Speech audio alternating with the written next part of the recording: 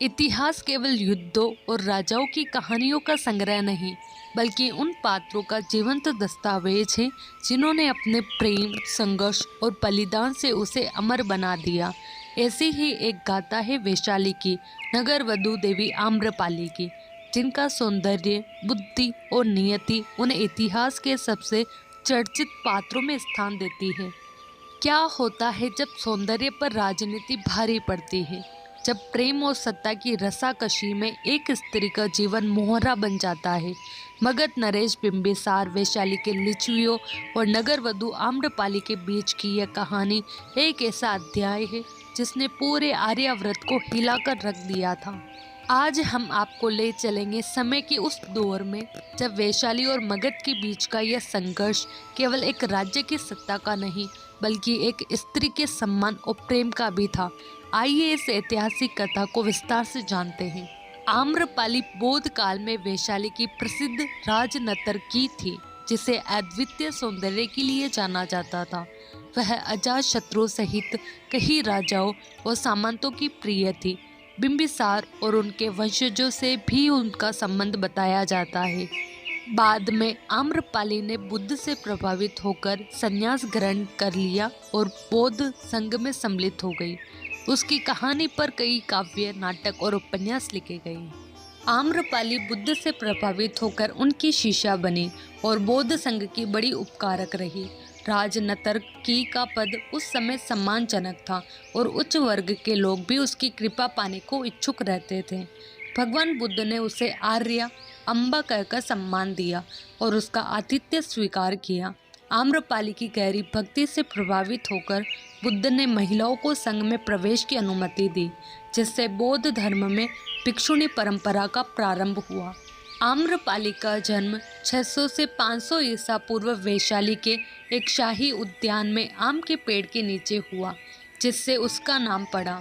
उसे सामंती माली महानामन ने पाया और अपनी पुत्री की तरह पाला।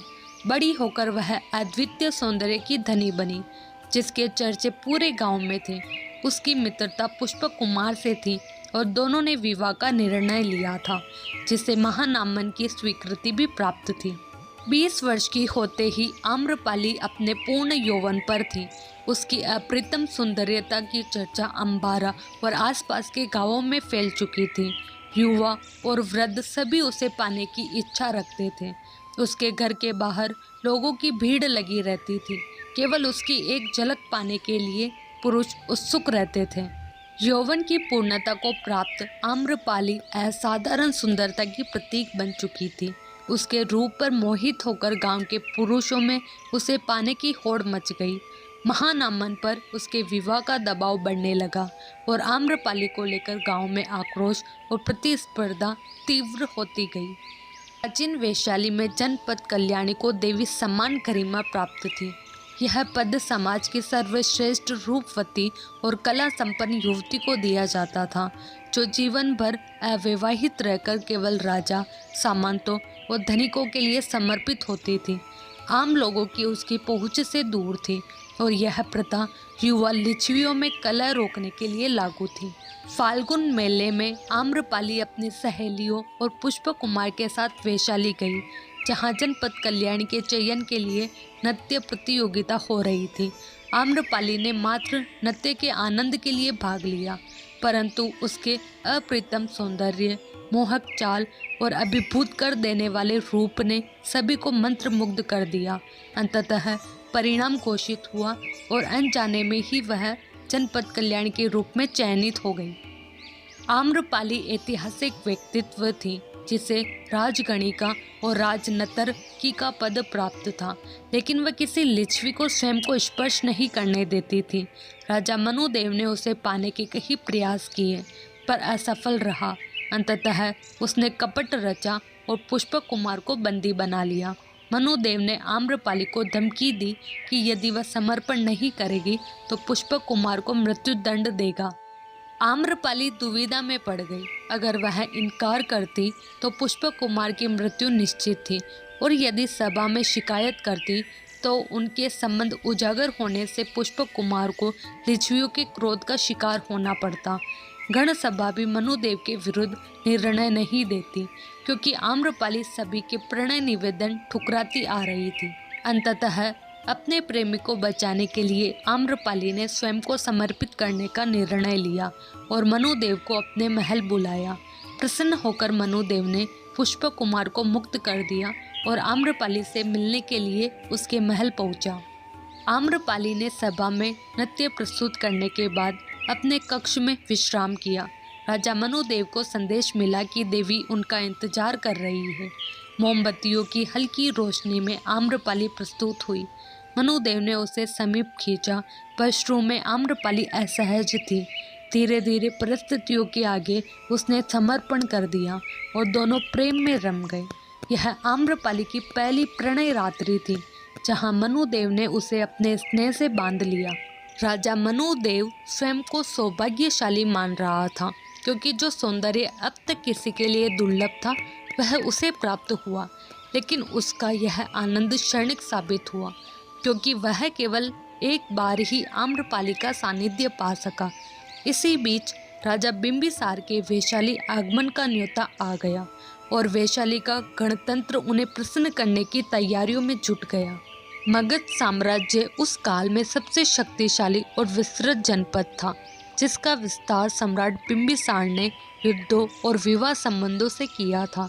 उसके रनिवास में सैकड़ों रानियां और दासियां थीं, लेकिन वह सदैव रूप से स्त्रियों को पाने के लिए आतुर रहता था।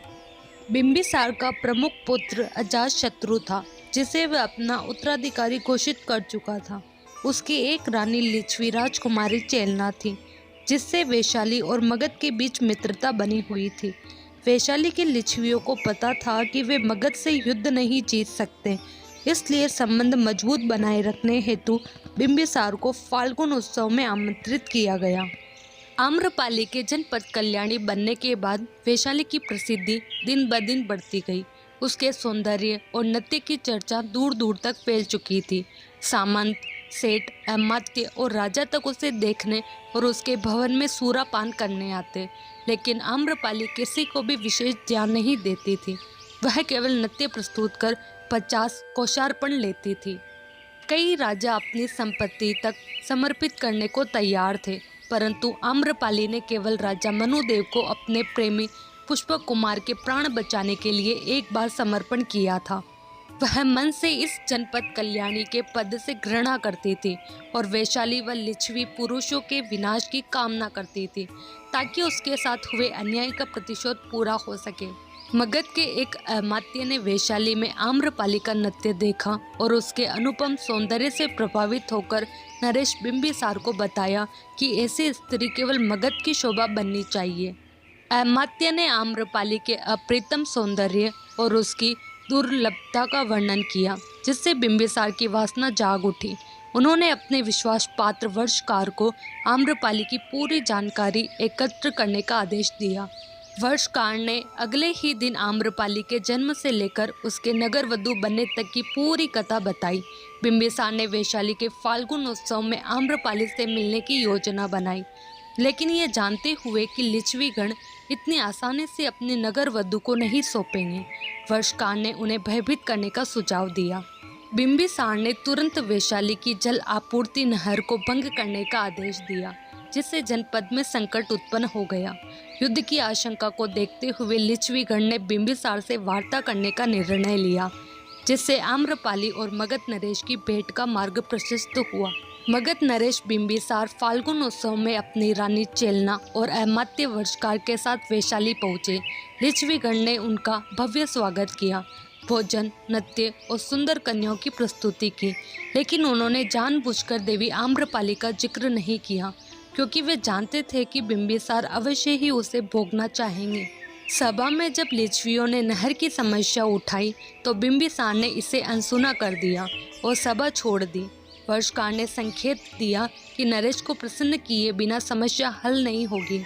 इस पर लिच्छवी गण के प्रमुख राजा मनुदेव ने समाधान पूछा तो वर्षकार ने आम्रपाली को अर्पित करने का सुझाव दिया। मनुदेव ने इसका कड़ा विरोध किया, क्योंकि आम्रपाली को किसी और के साथ साझा नहीं करना चाहता था। लेकिन जब सभा में अन्य लिच्छवियों ने भी यही मत रखा कि देवी आम्रपाली पर पहला अधिकार उनका है। तब कुछ वरिष्ठ लिच्छवियों ने उन्हें चेताया कि बिंबिसार की असंतुष्टि वैशाली के लिए विनाशकारी हो सकती है। अंततः वैशाली की सुरक्षा के लिए देवी आम्रपाली को मगध नरेश को अर्पित करने का निर्णय लिया गया। हालांकि मनुदेव ये सहन नहीं कर पा रहा था। मगध नरेश बिंबिसार के वैशाली आगमन पर देवी आम्रपाली का विशेष श्रृंगार किया गया और उन्हें नरेश के समक्ष प्रस्तुत किया गया। पहले आम्रपाली ने अपने नृत्य से सम्राट को मोहित किया और फिर उनके समक्ष एक निवेदन रखा। उन्होंने बिंबिसार से आग्रह किया कि वैशाली के लिच्छवियों ने उनके साथ जो अन्याय किया है उसका उचित प्रतिकार किया जाए। बिंबिसार, जो पहले से ही आम्रपाली के अप्रतिम सौंदर्य से प्रभावित थे, उनकी पीड़ा सुनकर आश्वासन देते हैं कि वे शीघ्र ही वैशाली पर आक्रमण कर इस अन्याय को समाप्त करेंगे। आम्रपाली ने यह भी अनुरोध किया कि वैशाली जनपद को स्वतंत्र रखा जाए, क्योंकि यह भूमि उनके लिए मातृभूमि के समान है। बिंबिसार ने इस बात की स्वीकृति दी और उनके प्रति विशेष आकर्षण और स्नेह प्रकट किया। इस भेंट के पश्चात दोनों के संबंध और भी गहरे हो गए, जिससे भविष्य में मगध और वैशाली के बीच राजनीतिक घटनाएं और टकराव उत्पन्न हुए। मगध सम्राट बिंबिसार वैशाली से लौटने के बाद भी देवी आम्रपाली के मोह से मुक्त नहीं हो पाए। हर पल उनके सौंदर्य और साथ बिताए क्षणों की स्मृतियां उन्हें विचलित कर रही थी। उन्होंने अमात्य वर्षकार को बुलाकर अपनी व्याकुलता व्यक्त की। वर्षकार ने सुझाव दिया कि यदि आम्रपाली को मगध लाना है तो वैशाली से युद्ध अवश्य भावी होगा, चूँकि लिच्छवीगण अपने मित्र जनपदों को भी युद्ध में शामिल कर सकते हैं। इसलिए पहले कौशल नरेश प्रसेनजीत से इस विषय में वार्ता करना आवश्यक होगा। बिंबिसार इस बात से सहमत हुए, लेकिन सावधानी बरतने की बात कही। उन्हें चिंता थी कि यदि प्रसेनजीत ने स्वयं आम्रपाली को देख लिया तो वह भी उसे अपने अधिकार में लेना चाहेगा। इसलिए पहले इस रणनीति को निश्चित करना आवश्यक था, ताकि युद्ध के पश्चात वैशाली का विभाजन सुनियोजित ढंग से किया जा सके। युद्ध में बिंबिसार की विजय हुई और आम्रपाली गर्भवती थी। उसे उम्मीद थी कि अब वह मगध साम्राज्य की रानी बनेगी और बिंबिसार उसे सम्मान देंगे। लेकिन राजा मनुदेव ने मरने से पहले अमात्य वर्षकार को एक विशेली सच्चाई बता दी कि आम्रपाली पर पहला अधिकार उसी का था। बिंबिसार तो बस उसकी जूठन चाट रहा है। वर्षकार ने यह बात बिंबिसार को बताई, जिससे वह स्तब्ध रह गया। उनकी आम्रपाली से जुड़ी सभी मोहक स्मृतियां पल भर में बिखर गई और वे व्याकुल हो उठे। वर्षकार ने उन्हें समझाने की कोशिश की कि आम्रपाली जैसी अद्वितीय स्त्री को त्यागना मूर्खता होगी। बिंबिसार ने गहरी सांस ली और कहा, मैं आम्रपाली को छोड़ नहीं सकता। उसकी सुगंध, उसका स्पर्श मेरे लिए अपरिहार्य है, लेकिन वह मेरी रानी नहीं बनेगी। वह गणिका थी और गणिका ही रहेगी, मगध की राजगणिका। अब से सिर्फ मगध नरेश को उस पर अधिकार होगा। वह नृत्य पहले भी करती थी और आगे भी करेगी, लेकिन अब केवल मगध दरबार के लिए। वह मेरी रानी नहीं, मेरी रखेल होगी, एक पालतू की तरह। देवी आम्रपाली मगध साम्राज्य की राजगणिका बनी और उस पर केवल बिंबिसार का अधिकार था। उन्होंने प्रेम तो नहीं किया, लेकिन समर्पण से नरेश की सभी इच्छाओं का पालन किया। बिंबिसार से आम्रपाली ने कई संतानें उत्पन्न की, जिसमें सबसे बड़ा पुत्र विमल कौंडान्य था। हालांकि कुछ रात्रियां ऐसी भी थीं जब बिंबिसार नहीं बल्कि उनका पुत्र उदयन आम्रपाली के यौवन का भागी बना। किशोरावस्था से ही उदयन देवी आम्रपाली के रूप लावण्य पर मोहित था और उसने उन्हें पाने की जिद ठान ली। जब बिंबिसार ने सख्ती से मना कर दिया तो अमात्य वर्षकार ने उसे उकसाया।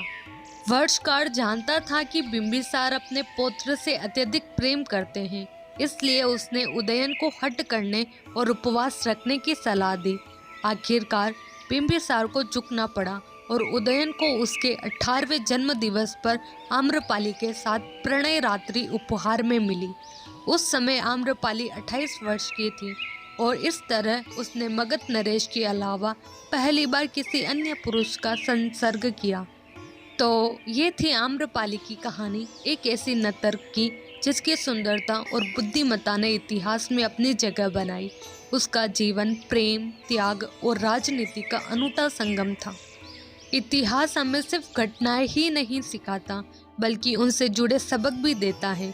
आम्रपाली की कथा हमें सिखाती है कि परिस्थितियां चाहे कैसी भी हों, आत्मसम्मान और सच्चाई से बढ़कर कुछ नहीं। अगर आपको ये वीडियो पसंद आया हो तो लाइक करें, अपने विचार कमेंट्स में साझा करें और चैनल को सब्सक्राइब करना न भूलें ताकि हम आपके लिए ऐसी ही रोचक कहानियाँ लाते रहें।